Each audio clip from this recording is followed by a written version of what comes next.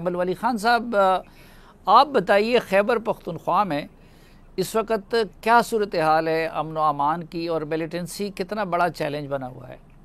دیکھیں صافی صاحب، آپ کو تو معلوم ہے کہ پختونخوا پچھلے کتنے صدوں سے ٹیررزم کا شکار ہے، اور یہ جو پلان بدقسمتی سے پاکستان لے کر آیا تھا 70 کی دہائی سے لیا، اور پھر اس کے بعد افغانستان اور پختونخوا اس کی ضد میں آیا ہوا ہے. اور پھر آپ کو یاد ہے ہمارے وقت میں ایک بہت ڈیزاسٹر ہوا تھا یہاں پہ، کیونکہ ٹی ٹی پی اور ادھر وہ پختونخوا میں سب ٹارگٹس ہو گئے تھے.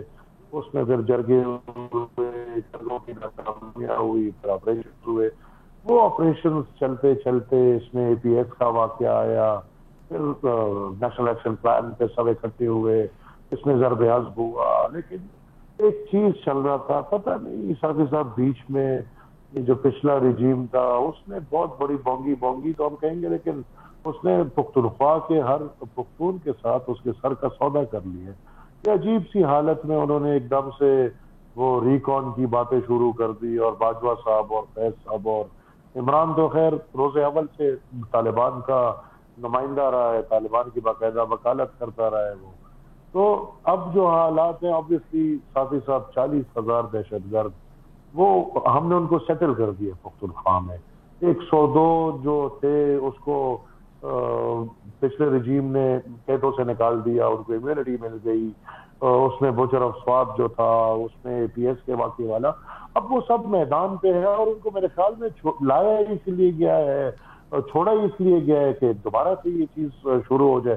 تو 40,000 تو وہ بنیاد تھی، ابھی وہ پھر آگے بڑھ رہے ہیں. لیکن کمل ولی خان صاحب، مذاکرات تو آپ لوگوں نے بھی اپنی حکومت میں صوفی محمد صاحب کے ذریعے ٹی ٹی پی کے ساتھ کیے تھے اور معاہدہ بھی کیا تھا، تو اس میں ان کو آخر کیا فائدہ ہو سکتا تھا کہ جی وہ ان کو لا کے دوبارہ بسا دیں؟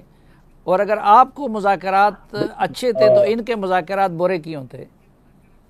میں نے شافی صاحب پہلے یہ دوسری بات کا جواب دیتا ہوں. قطعاً میرا یہ غرض نہیں تھا کہ ہمارے مذاکرات اچھے تھے، بلکہ ہم نے بھی ایک غلطی کی تھی. اس وقت اور اس وقت میں تھوڑا مسئلہ ہے شافی صاحب. اس وقت جب ہم ڈائیلاگز میں جا رہے تھے، امریکہ ڈائیلاگز کی مخالفت کر رہی تھی، سب لوگ ڈائیلاگز کی مخالفت کر رہے تھے، اور ہم ڈائیلاگز میں گئے. اس کی وجہ بنیادی یہ تھی کہ اس وقت تو جتنی بھی پختون قوم تھی وہ تو طالبان کو مسیحا سمجھ رہے تھے، وہ تو ان دہشت گردوں کے اس میں طاقت میں اسلام کو دیکھ رہے تھے. اس وقت تو میری قوم، پوری قوم، اس پہ اتنا پیسہ لگایا گیا 70 کی دہائی سے، اس پورے پلان پہ اتنا انویسٹ کیا گیا کہ میرے پوری قوم تو تقریباً طالبان بنے ہوئے تھے. اب اس ایک جرگے اور ہمارے اس جرگے کی، وہ جرگہ بھی ہم نے صرف میرے خیال میں آج اگر ہم دیکھیں تو وہی جرگہ ہے جس سے طالبان کی بری شکل لوگوں کے سامنے واضح ہوئی ہے فار دا فرسٹ ٹائم، اور عوام نے یہ سمجھا کہ یہ دہشت گرد ہے، ان کی کوئی سوچ نہیں ہے. ہم نے جرگہ کیا، وہ جرگے کے ہم نے ٹرمز رکھے، کنڈیشنز رکھے. مہینہ 2 مہینے وہ جرگہ چلا نہیں، اس کے بعد ہم نے آپریشن کیے، اور 3 مہینے آپریشن میں سوات کلیئر ہوا ہے. مسئلہ یہ ہے صافی صاحب کہ آپ کی بات میں بالکل مانتا ہوں کہ میرے بزرگوں پر، میرا بھی یہ ماننا ہے کہ ہر مسئلے کا حل بات چیت سے ہے. لیکن مسئلہ کیا ہے؟ دوسری طرف جو دہشت گرد ہے ان کا کیا ماننا ہے؟ Like what do they want? وہ کیا چاہ رہے ہیں؟ کس لیے لڑ رہے ہیں؟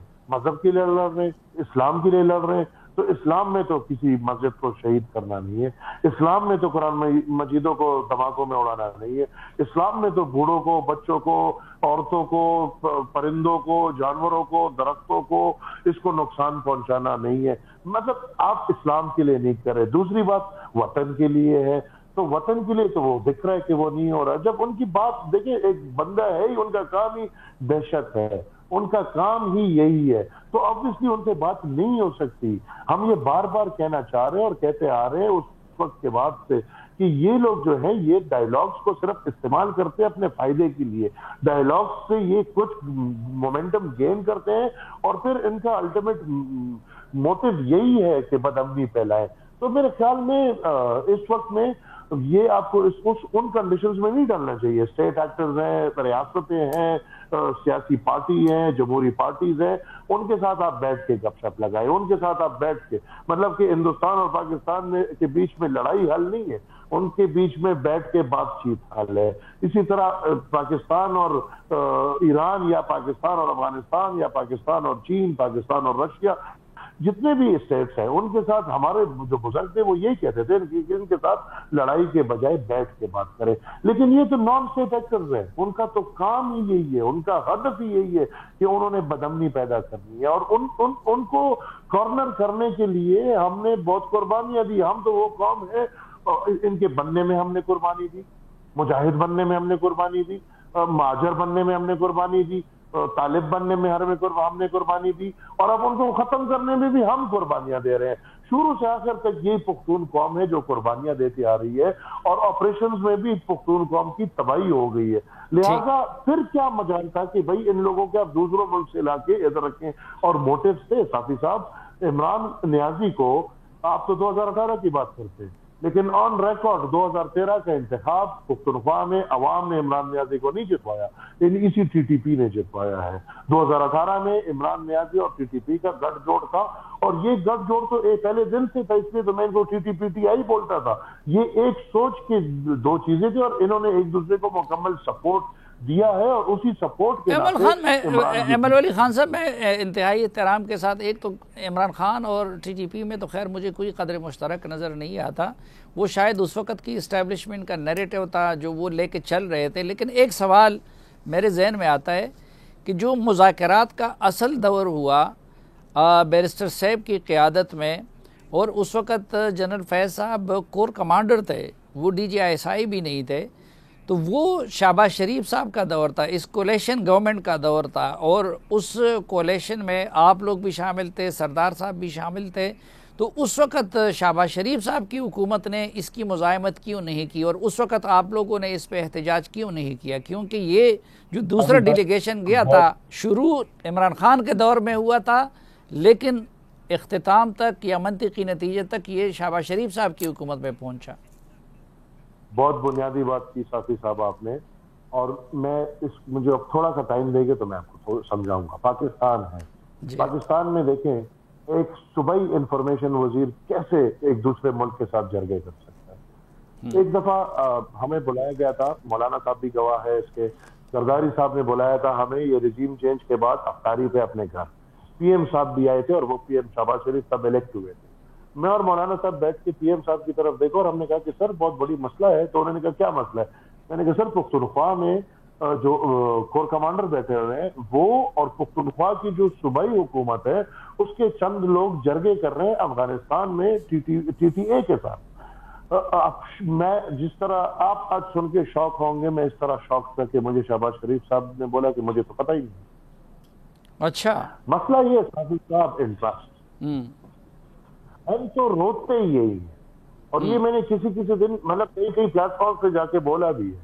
آپ نے جو پچھلے اتحاد کی بات کی، ہم بالکل سب پارٹیاں اتحاد میں تھے، لیکن ہمارا ایک واحد مشن تھا، اور وہ مشن تھا کہ اس ناسور جو عمران کی شکل میں پاکستان پہ بیٹھا ہوا تھا اس کا خاتمہ اور اس کی حکومت سے گرانا. ہمارا مشن واحد تھا. باقی آپ کو پتا ہے کہ عوامی نیشنل پارٹی کیا کہ ایسے پوزیشن میں تھی کہ ہمارا پھر ان چیزوں کے ساتھ کوئی لینا دینا نہیں. منہ کی بات ہے، میں جنرل فیض کے خلاف عدالت تک گیا ہوں، میں اس ریکان کے خلاف میں نے درخواست لکھی ہے، میں پی ایم صاحب کے پاس گیا ہوں، پی ایم صاحب نے درخواست دیکھ کے ہنس پڑے. میں نے کہا سر ایکسیپٹ نہیں کر سکتے، ڈکلائن کر دیں.